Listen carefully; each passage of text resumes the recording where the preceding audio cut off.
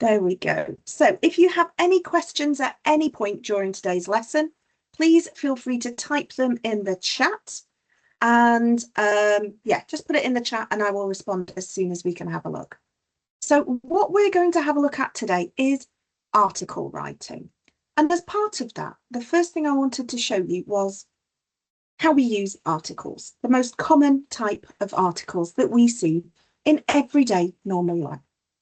So many British newspapers, their websites, their articles are not free of charge. However, Metro is a newspaper where we can view their articles for free because they use adverts. So what it means is that we can have a look at different kinds of articles. I mean, this is live news. This is all on the internet today. So we can see the articles and see how they format them, what they look like, and where the information is placed. So because there are so many adverts, let me just see if I can make this a bit bigger, just to see if I can hide the adverts a little bit. Here we go. So we can see with all newspapers, with all articles, there's usually the name of the newspaper at the very top. And that's the same whether it is online or a physical paper newspaper. We know the name of it. Underneath, we have our headline. The headline is a very small summary of the article. So it gives us an idea of what the writing is about, the subject, but it doesn't tell us everything. So for example, this one says voting age to be lowered to 16 by the next general election.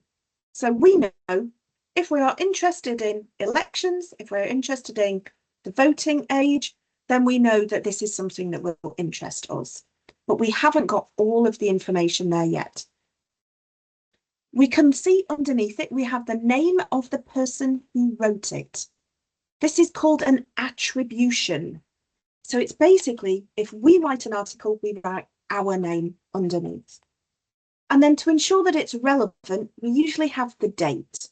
Now, because this one is online, it is very specific. It has the date and the time as well, but that is not entirely necessary when we're writing them. Now, I'm just going to make it so that I can see any questions as you're going. Cool. Okay. So we have our headline, we have our attribution, and we have a date. Now, under that, we have a picture. If we were genuinely writing for a newspaper, then yes, we would usually include a picture in order to give a visual representation of the content of the article. In the articles that we write in our exams, you do not need to include a picture. You cannot include a picture in your real exams, because when you do your live exams, it is a secure, locked website. So you can't just Google for pictures or insert, can't do it. So for now, we ignore it. Underneath that, we have a caption. So this tells us in words what is happening in the picture. So this says, for the first time, those under 18 will be able to vote in a general election. So the picture is here, and then our caption explains the information from the picture. Then we have a strap line. So again, it just gives us that little bit more information without going into too much detail. So it says people aged 16 and 17 will be able to vote in the next general election after Labour announced a major move to lower the voting age. And then we have the article itself. Now, we can see from here that we have plenty of very short paragraphs. And that's done for a reason. It's usually because when we're reading a newspaper, we like small pieces of information. We don't want to see a huge, great, like a wall of text.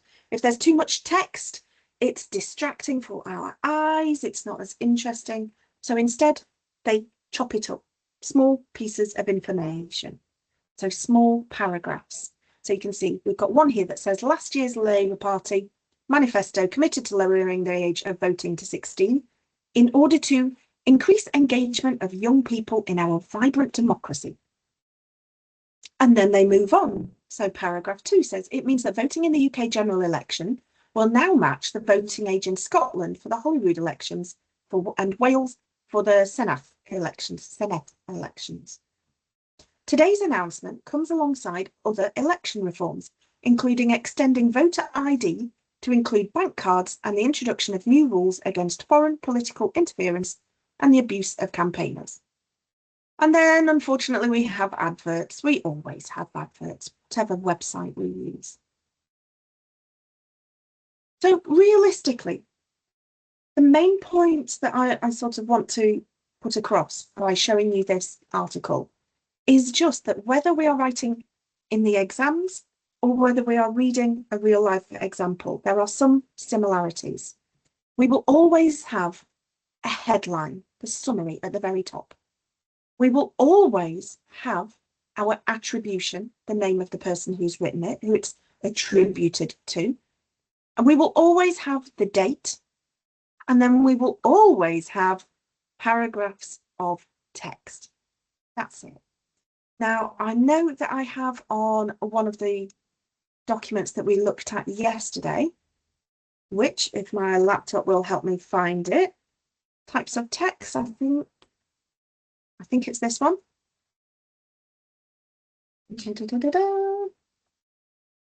Here we go. So this tells us everything that the exam board wishes to see when we are writing an article for ourselves. They want to see a heading or a headline. They want to see a subheading or a subheadline. I think a subheading and a strapline are somewhat interchangeable. They also would like it if we included bullet points. So if we need to list anything, we would do that with bullet points.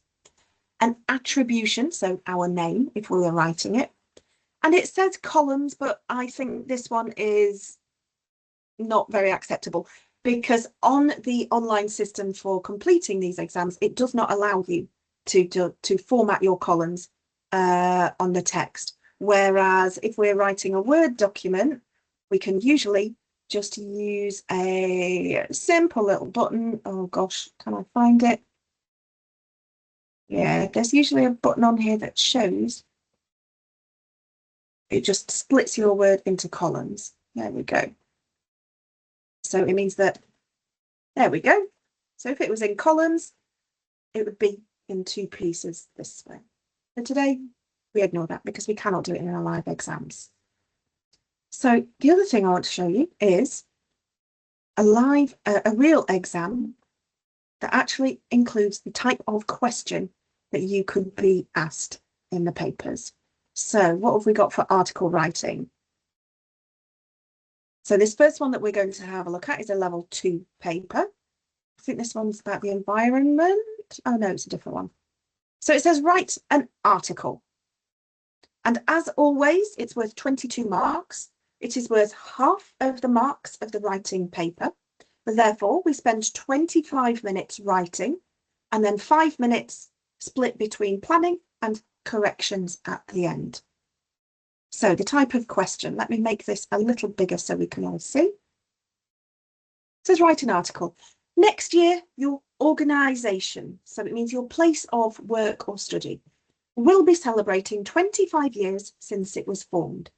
You have been asked to organise an anniversary celebration to mark this important event. You have decided to write an article for the newsletter detailing activities you've planned and asking for other ideas from colleagues or fellow students. Write the article, and you can tell this is a slightly older one. The newer ones have a word count of 250 words or above. So that's one example. We have a look. I know that we've got something like 4 examples on. Article is one of the most popular types of document.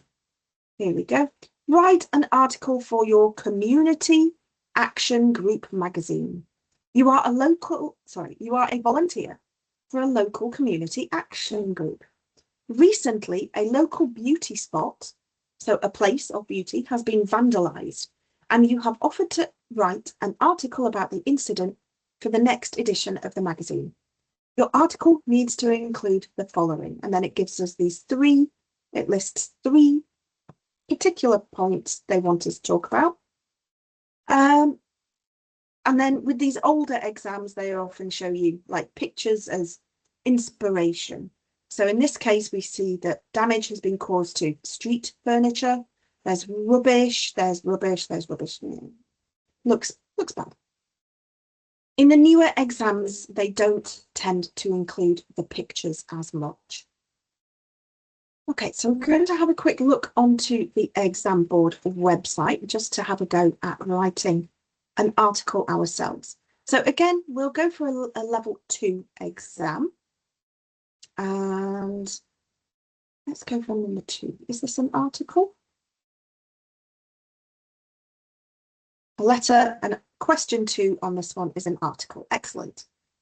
So we're going to have a go at writing this one. It says, you have been asked to write an article for a newsletter to give advice to young people who are new to your place of work or study. In your article, you could give the following information, and then they give us those 3 things. And they remind us that our article should be 250 to 350 words. Okay, so my first thoughts. I've been told I'm writing an article. I know I should include a headline. I should write that it is by me. I also need to know to include the date as well. So these are just reminders, like writing on a post-it note, these like a shopping list. I'm writing a list, so I remember I must include a headline and a date. And then if I can, I would probably include a subheading or a subheadline as well. With any piece of text that I write, I'm going to have a short introduction, followed by the 3 paragraphs based on the 3 main points that I'm going to talk about. So if I put them in here, again, as like a list of things to include, and then at the end, I will have some form of conclusion. I will make sure that everything is tidy at the end. It's like closing a door. It's making sure that everything is finished at the very end. So even though the headline is at the very top, it's the very first thing on the article, I think it is the hardest thing to write. So I do that last. As the headline summarizes the article, I can't summarize the article until I have written the article. So that's what I'm going to do. I'm going to get straight on with writing it. And then, depending what direction or which sort of point of view my article is written from, will help me to write my headline at the end. So my introduction. Now, this talks about giving advice. So that's my purpose. To young people, that's my audience. And the format is an article. Okay. If I am giving advice to young people, I want it to seem that the advice I'm giving is from a place of authority and respect. But if I'm writing to young people, I'm going to change maybe some of my word choices. I'm going to make it a little more. It will be a formal piece of text. It will be a relatively formal article. But because I'm writing to young people, I'm going to try to make it a little bit more friendly, a bit more positive. Because if I'm welcoming people and giving advice, welcome to my place of work or welcome to this place of study, it's at the very beginning, it's first impressions. We want them to be like encouraged. We want them to feel positive about the place that they're staying. So my first thought is, am I going to write about my place of work or my place of study? Am I going to give advice to somebody who is working at my company, or am I giving advice to a new student starting a course? I think because I may have done this exam once or twice in the past, I'm going to do it as if I'm talking to a new student. So I'm talking to young people who are new to studying functional skills English. Okay. So now I've made that decision, it helps me direct where I'm going to go in my article. So my introduction. I want to be warm, opening, friendly, welcoming.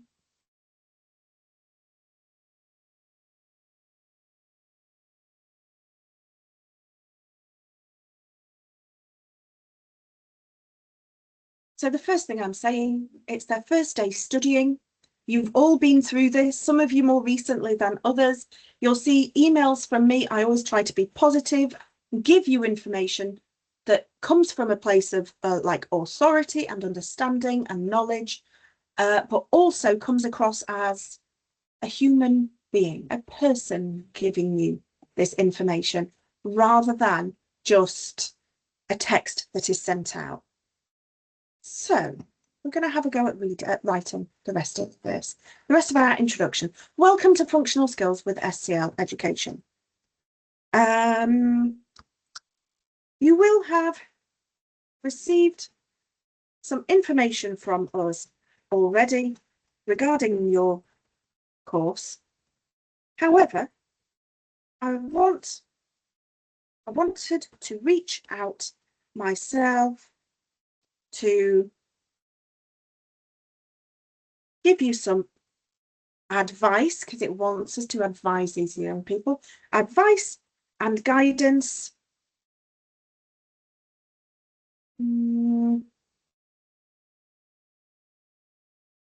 to get you off to a strong start.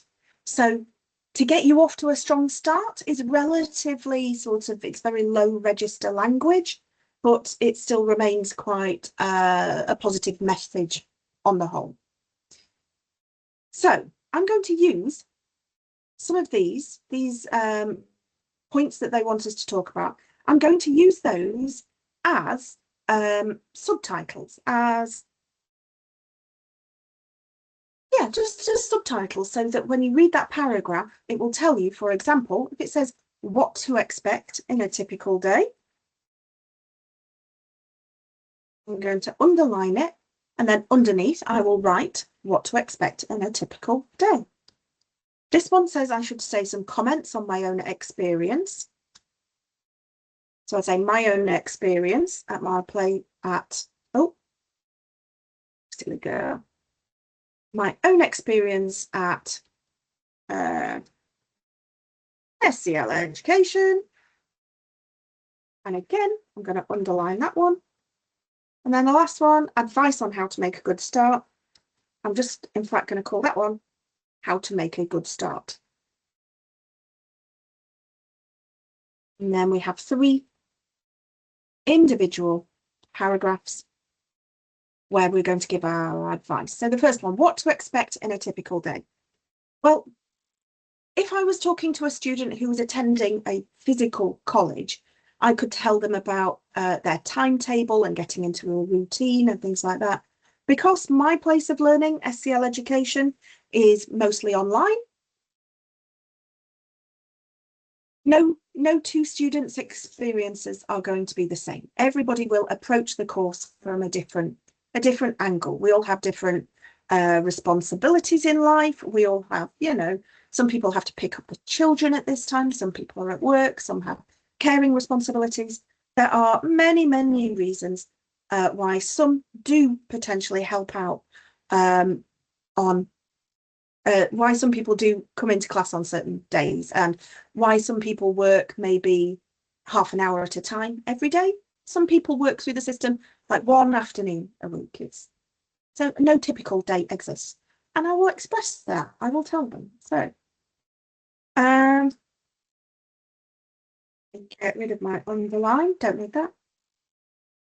With the functional skills course being mostly online, no 2 days are the same. You can choose how you study best, whether it's attending classes. I've just remembered something. I'm writing a list. I'm suggesting different ways they can study, whether it's attending classes, watching the YouTube videos, working through the activities on Atom, or booking a one-to-one with your tutor. You can choose how you study best, whether it's attending classes, watching YouTube videos, working through Atom, or booking a one-to-one with your tutor. You can, and again, I'm talking to young people, so I'm going to use language that is perhaps more appropriate to a teenage audience. I'm going to say you can switch it up to what suits you.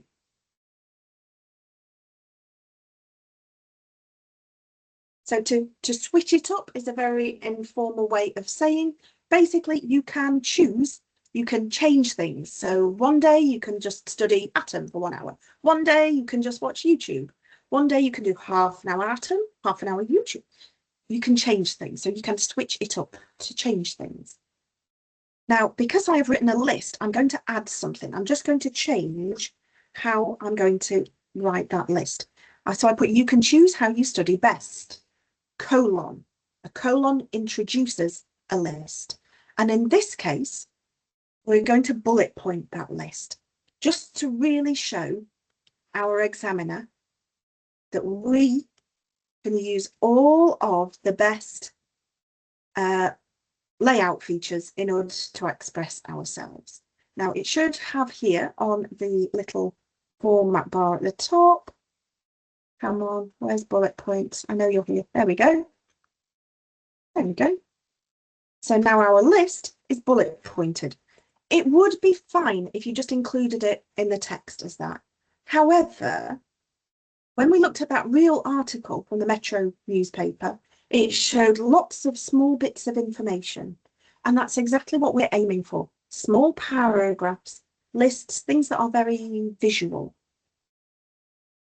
Okay, so what to expect in a typical day. Now, I just put a comment on the end of here. I've said you can study in all of these different ways, as long as you can complete your learning hours over the week. It's up to you how you do that. So I'm telling them that it's flexible. As long as you do 5 hours a week, it can be classes, it can be Atom, it can be video, your choice. My own experience at SCL Education. Now, this is where I'm going to be a little bit biased. I work for SCL Education. I am not a student at SCL Education.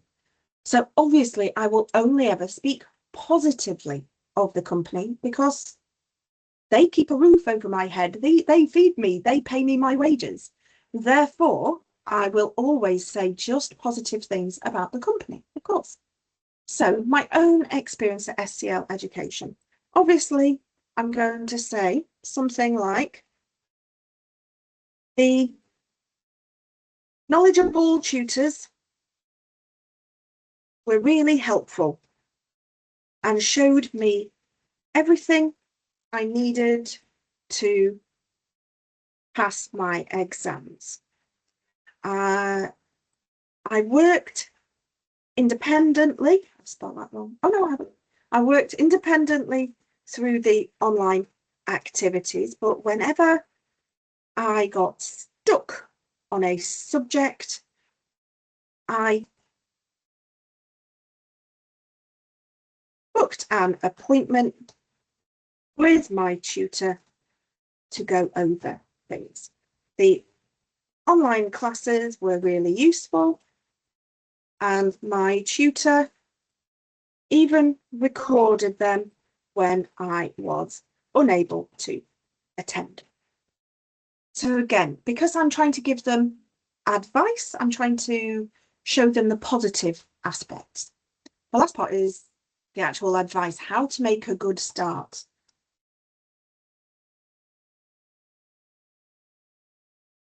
In fact, first impressions are important. So start your course off by showing you communicate well with your tutor and understand everything that they have sent to you. I know at the beginning, there's a lot of paperwork. When I say this, I know there's a lot of paperwork. I have to send it out. I know at the beginning, there's a lot of paperwork.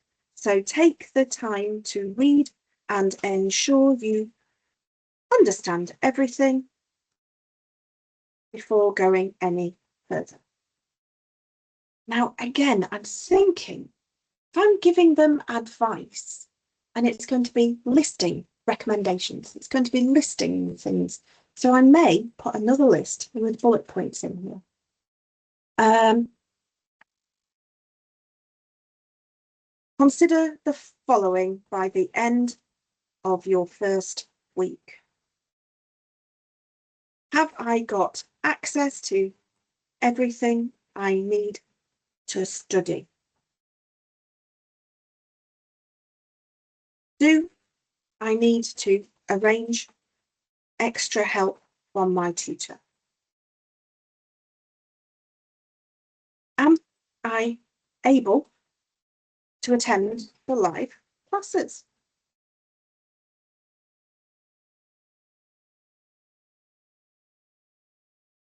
That may be enough. I think because, again, in reality, if I was sending this out to new students, I send links to YouTube, I send links to Atom, I send the commitment forms out, we send the enrollment forms out, all of this stuff. For the sake of the exam, it doesn't have to be 100% the same as real life. We've written already more than the minimum word count. So the last part here, the conclusion.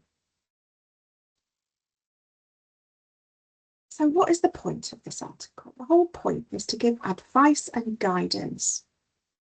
Tell them what to expect, your own experience, how to make a good start. So we've given them this advice. Now, what do we want from the people reading it? We want them to take this advice and use it. We want them to read this, understand it, and do what we say. So we'll be something like,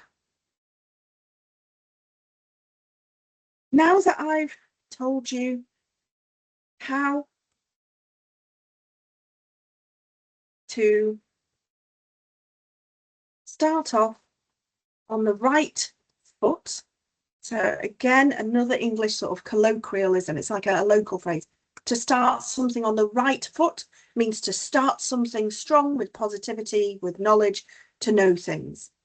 So now that I've told you how to start off on the right foot, take my advice and enjoy your learning experience. And my conclusion here isn't very long, and that's fine. I know that often I will say that to help you sort of structure things, we have 50 words in the introduction, 50 in this first subject, 50 in this second subject, 50 in the third, and then 50 in the conclusion. We have the total. Now, in this case, some of my paragraphs are bigger, so it means that my conclusion can be small, and that's okay. This is an article. At the end, we do not need to write yours sincerely. We don't need to sign it off because our name is already at the top of the article. Now, there are a few things. We've made these notes, so this is why we go back and check after we've written something. So we need to ensure that any of these notes that we've made, we actually complete them. We fill them in. So our headline. We just want a few words, and I want it to be something memorable, So I'm going to use alliteration as my language technique in my headline. I am going to think of what my message is that I'm conveying to my readers, and I'm going to try to use words that start with the same letter or sound, because then it gives it a rhythm. Give you an example. We've mentioned this, it could be something like starting strong at SCL, starting strong, or starting your studies strong, or start studying strong at SCL. So we're using that same letter sound on repeat in order to try and make our readers hear it, understand it, and remember it. The whole point of using any of these language devices is to make something memorable. It's to make our reader want to read the rest of the article. So the subheading here, I've said about starting studies strong at SCL.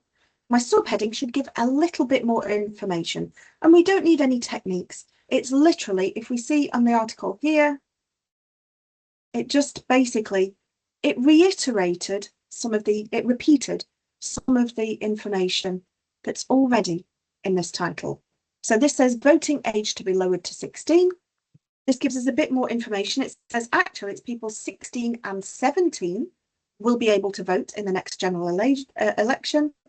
And it gives you further information after Labour announced a major move to lower the voting age. So in that case, I would write something along the lines of starting a new course can be scary if you don't know what to expect. So here's some advice and guidance to get you going. Again, get you going. It's very, very informal, but again, it's related to the fact that we are speaking to young people. There we go. Oh no, our attribution and date, they can be on the same line, they can be two separate lines. That's all fine. And notice between everything, I have left a space to make it clear where my paragraphs begin and where they end. After I have finished writing a paragraph, I leave a line space. It may seem strange because we don't always do that in real life, but it makes it extra clear to the examiner that I have written this information, I have stopped. Now I am changing to write about something else. So that's our article. We are on 337 words. Bearing in mind that this is something that I write on a regular basis, things to new students, emails, answering questions, things like that. If I was writing about somebody who's coming to my place of work as a new teacher, I may find that more difficult. Or if I worked in retail, like if I worked in a shop or something like that, then there are maybe some things that I would find easier to write than others. Use your own experience. So if you have only studied online, yeah, that's fine, but maybe it's difficult to write about. Whereas in the past, if you can remember school, for me, it was too long ago to remember, but I've worked in colleges and at football academies and things like that. So use your own experience. It doesn't have to be 100% true, but use it as a base for what you're writing, because all of you are studying now. So all of you should be able to write this. Your place of work, I don't know if you guys work, and it's none of my business, but you may all have experience in different fields, different jobs, and therefore you would all be able to write something different depending on your experience. So if we were to have a look at this one on our mark scheme, we're just going to mark it between us. So I think it was the second one, and it was question 2. Yes, activity 2, articles. So let's all do some maths at the same time. We're going to add this up as we go. So is our text of an appropriate length? So in this case, it says it's specified to be 250 words or above. We know we have written 337. So it is perfectly within that 250 to 350. So for that, we achieve 1 mark. Great. Now we look at the level of detail, whether we've expressed our opinions and ideas, and whether we've been coherent. So whether or not the person reading it can understand it. So again, if we had limited detail, we would score 1 mark. If it was at times clear and effective, we would get 2 marks. If it's mostly clear, so you can see it's a bit more, quite a bit, or a lot. I think the piece that we have written is very detailed. Therefore, I would say it's potentially 4 marks. Let's have a closer look. It says it needs to be very detailed, communicates information, ideas, and opinions clearly, coherently, and effectively. And the text fully meets the needs of the purpose and audience. So this is what I was saying in yesterday's lesson about thinking, who are we writing for? Who is going to be reading our text? And the answer is not the examiner. In this case, it says we are writing it for young people, so we need to write it so that young people can understand it. And the purpose, why? We are writing in this case to give advice.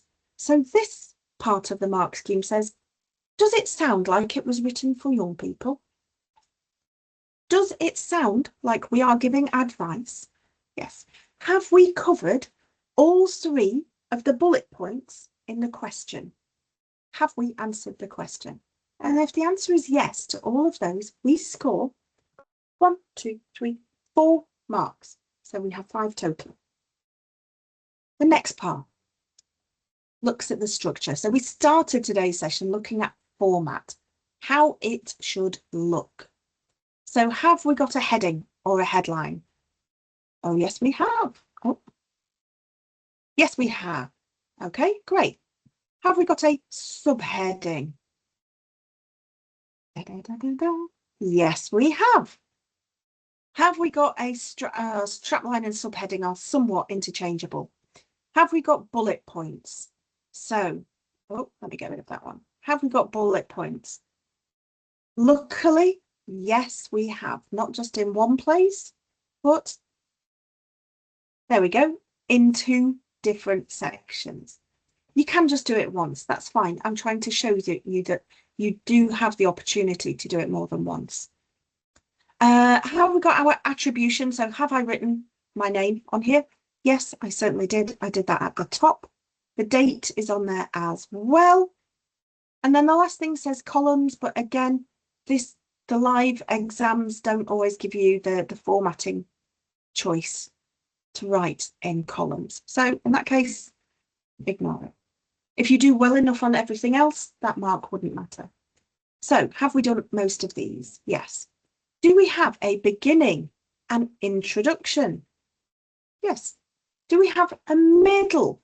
Those 3 main points that the question wanted us to talk about? Yes. And have we got an end? The end is the conclusion. It's the last little piece, that last sentence that basically says, right, okay, I have given you this information, now you should use it. That's it. If we have all of this, then we score another 1, 2, 3 marks. That puts us on 8 total so far. Great. Okay, the next part. Have we used language and register that is suited to our audience and our purpose? Again, we were asked to write for young people. So as part of that, I have tried to make it relatively formal in its layout is formal. It's very strict to the article sort of layout. I'm trying to write it as from a perspective of somebody who is knowledgeable and also in a position of authority. I'm not I'm not writing it as another student, but I am writing it as someone who has experience. So I've tried to make it so that there's good advice. The quality of the information I'm writing is good. However, I am still including some more informal terms, not slang, but a little bit more informal. So to get you off to a strong start is, again, it's quite an informal phrase. There was another one that I had written.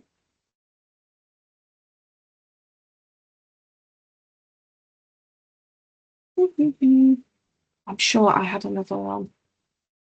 To start you off on the right foot. So using an idiom there.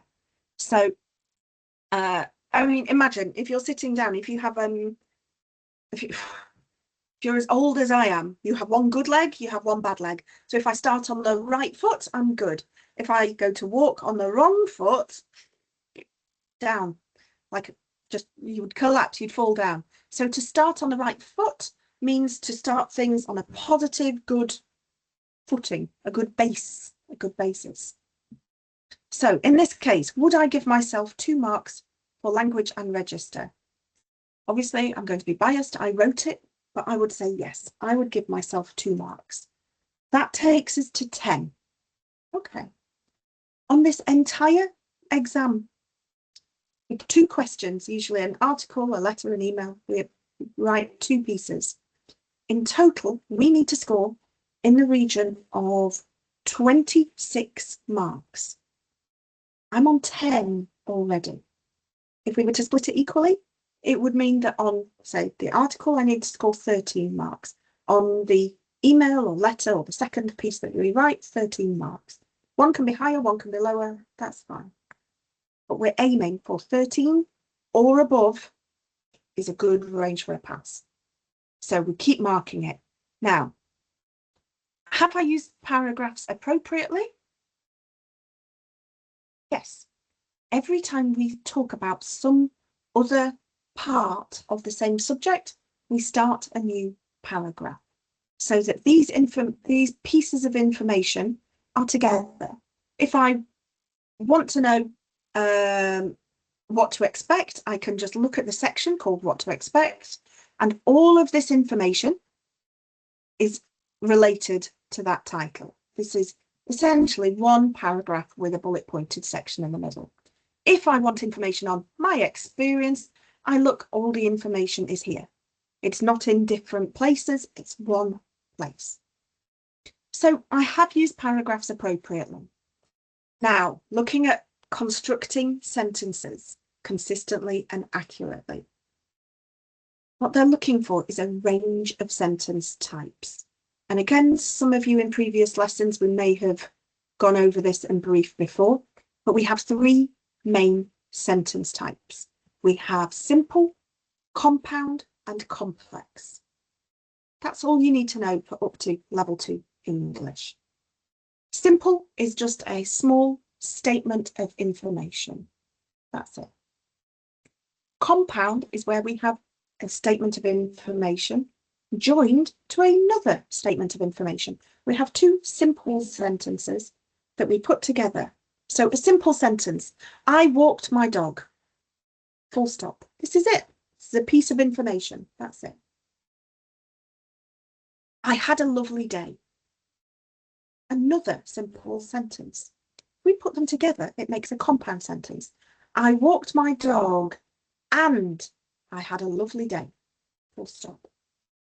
So if we have 2 simple sentences and we use what's called a conjunction, a joining word in the middle, like glue, it sticks them together, then it changes it to a compound sentence. The last type we have is a complex sentence. So if we look at this section that says my own experiences, the first sentence says the knowledgeable tutors were really helpful and showed me everything I need to pass my exams. If we just stopped it here, the knowledgeable tutors were very helpful. We could just have that as a simple sentence on its own. And I could say, they showed me everything I need to pass my exams.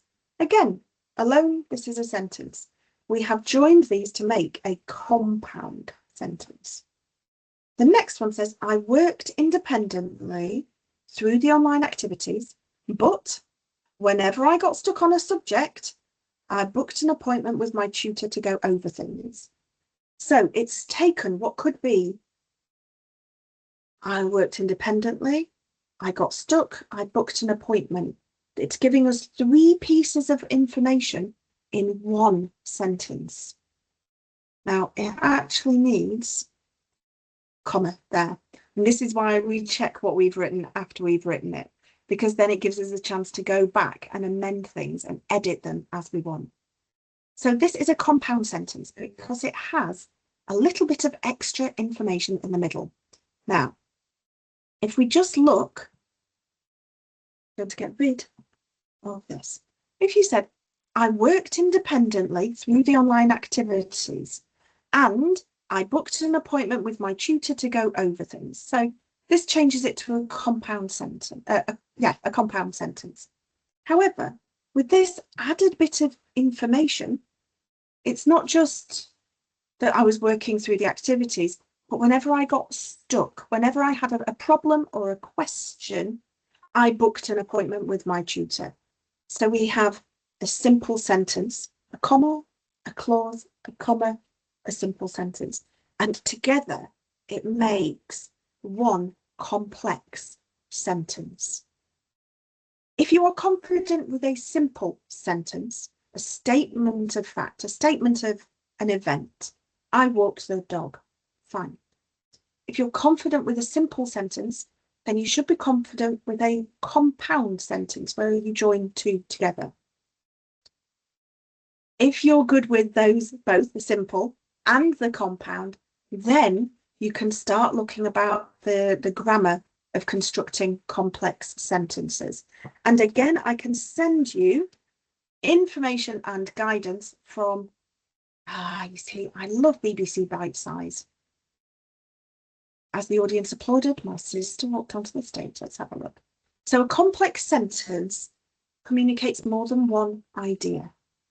One part is like a simple sentence. So we just give you a bit of information and it makes grammatical sense. The other part, the minor clause, gives detail about that sentence, but on its own is not grammatically correct. So let's have a look. The first part can be, I want to see an example. Okay, this one. When I arrived, the angry dog barked. So the main clause is the angry dog barked. This is the main piece of information, but we're adding a little bit of something extra to it. When I arrived changes the meaning from the angry dog barked. The angry dog only barks when I arrive, when I'm there. So it changes, it modifies the angry dog barked. Or you could say, instead of when I arrived, when it rained, the angry dog barked. Now, on its own, the when I arrive, without the rest of the information, it's not grammatically correct. It doesn't make sense. If you say when I arrived, you need some more information to make your communication clear. Whereas if we just said the angry dog barked, that makes sense on its own. So it's 2 parts. It's a sentence and then added information that we put on the end. Again, it's one of those things where we could probably do a whole lesson just on complex sentences. We don't have time for that today because we want to finish marking this exam paper, but I will send a link to the BBC SkillsWise page because they are brilliant. And I'll also see if I have, I'm pretty sure on the YouTube channel, I had a short video on sentence types. I will check. And if I have, I will put that link in the email today as well. So if we're looking at the types of sentences I have used, the online sessions were really useful. And so we have a simple sentence, we have a joining word. My tutor even recorded them. That's another simple sentence. And then we have when I was unable to attend. So I've modified it. My tutor has recorded them, but only when I couldn't attend. So this is a complex sentence. So when it asks here, have I used complex sentences? Yes, that's it. So for that, I'm going to give myself 1, 2, 3 marks. That puts us on 13 marks already. And look, we haven't even got to the spelling, punctuation, and grammar. So for spelling, for this paper, for this question, we get a maximum of 3 marks. And for that, we need to make sure that our spelling is generally accurate. And just to remind you what this said yesterday, errors are one-offs, meaning we can make 1 mistake, maybe 2 mistakes is okay, as long as it doesn't change the meaning of what we are saying. As long as the message we are communicating remains the same, a mistake is okay. It says that we need to make sure that we are spelling things like possessive pronouns, he, she, it, they, prefixes. So some of the words, some of the parts of words that go on the beginning, and suffixes, parts of words that go on the end. Things like that are correct. So happy, if we had a prefix, pre means before. If we have a prefix, we would say, if the word is happy, we would say unhappy. If we're looking at a suffix to go with the word happy, so a suffix is something that goes after happy, happiness.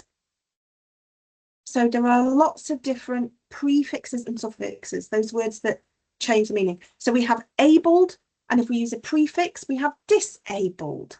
If we have a suffix, it would be able, ablement, able, can't think of any for that particular example, but suffixes are the modifiers that we put on the ends of words. Again, I think my spelling, punctuation, and grammar is amazing. I will give myself 3 marks. Punctuation. Have I used a colon? Yes, I used it before my list here. Have I used commas throughout? And I'm pretty sure I will. Here we go. Commas before a clause and after a clause. Lovely. Have we used things like inverted commas? No. Have we used apostrophes? That's a very good question. Let's have a look. It's up to you. So we have an apostrophe there. That all looks good. I can't see any other apostrophes. But the point is, if you don't have to use all of them, but if you do, make sure you use them correctly. That's all. And then the last part, so question marks. Did I? Oh, sorry, quotation marks as well. Don't think I used any quotation marks, but I didn't need to quote from anything. So maybe if I'm being mean, I'll give myself 2. 1, 2. The last part, grammar. Obviously, I'm going to say my grammar is perfect. I should hope my grammar is good, bearing in mind what I do for a living. So, have I got a full range of grammatical constructions, and is it used accurately throughout that adds to the effectiveness of the document? It's basically saying, is my grammar clear? Have I used things like subject-verb agreement? Have I used things like making sure my tense use is accurate and that things agree in the sentence? So we're not jumping from tense. We're not jumping from who we are talking about or possession and things like that. It's making sure that the piece that we read is communicating information clearly. That's the most important thing the exam board care about. Now for that, I'm going to be positive, give myself 3 marks, which would score as 5, 10, 15, 20, 21 marks out of 22. Oh, no, that's not 21, 5, 10, 15, 20, 21 marks. Yeah. So I've marked myself as 21 mark out of 22 for that example that we have just written. So you can see, hopefully, that if you are able to write a decent length and make it look correct by putting things like the headline, the date, the attribution, making sure we use paragraphs, The writing, the imagination that you use is one thing. I know people worry about spelling, coming up with ideas, planning it out. As long as you get some of these basics in first, making it look right, making sure the information is in the right place, if you can do that to start with, you are already building those marks before they even look at the words you have written. So it's worth remembering. What should it look like? Why am I writing it? And who am I writing it to? And if we just consider those for 2 minutes before we start writing, we should be off to a really good start. So on that point, I'm just going to stop recording. So